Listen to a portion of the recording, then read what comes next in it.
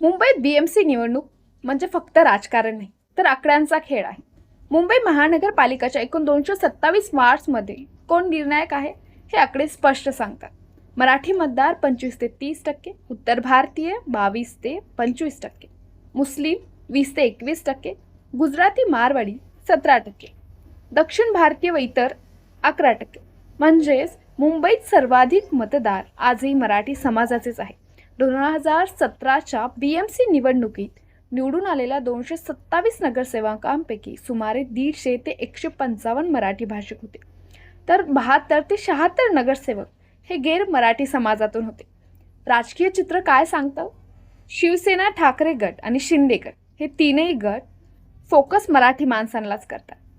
मनसे देखील मराठी मतदारावरच लक्ष केंद्रित करत आहे, तर भाजप मात्र मराठी आणि गैर मराठी दोन्ही मतदार वर्गांना साधण्याचा प्रयत्न करत आहे.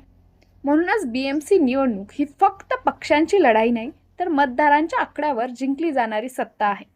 प्रश्न फक्त एवढाच आहे, हे आकडे यावेळी कोणाच्या बाजूने फिरणार आहे.